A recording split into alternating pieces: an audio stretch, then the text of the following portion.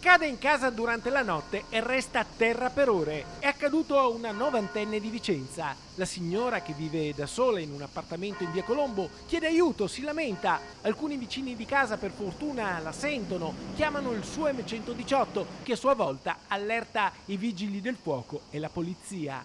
Arrivati sul posto, i pompieri, grazie a una scala, riescono a raggiungere la finestra dell'appartamento, entrano e trovano l'anziana per terra.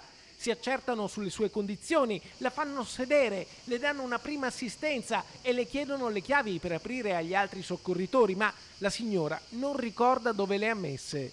Poi però è una vicina, a cui era stato consegnato un mazzo di riserva, ad aprire la porta. I medici e gli infermieri del suo M118, dopo aver valutato la situazione, hanno trasportato la signora al pronto soccorso dell'ospedale San Bortolo di Vicenza per sottoporla alle cure. Sul caso interviene anche il questore di Vicenza, Paolo Sartori, che invita chiunque abbia un'emergenza a chiamare le autorità competenti. Non farsi problemi in caso di assoluta necessità di far riferimento ai numeri di emergenza, e quindi non solo il 113 e il 112, ma anche e soprattutto il 118, che è il numero di emergenza che può prestare soccorso alle persone che si trovano in difficoltà dal punto di vista appunto sanitario.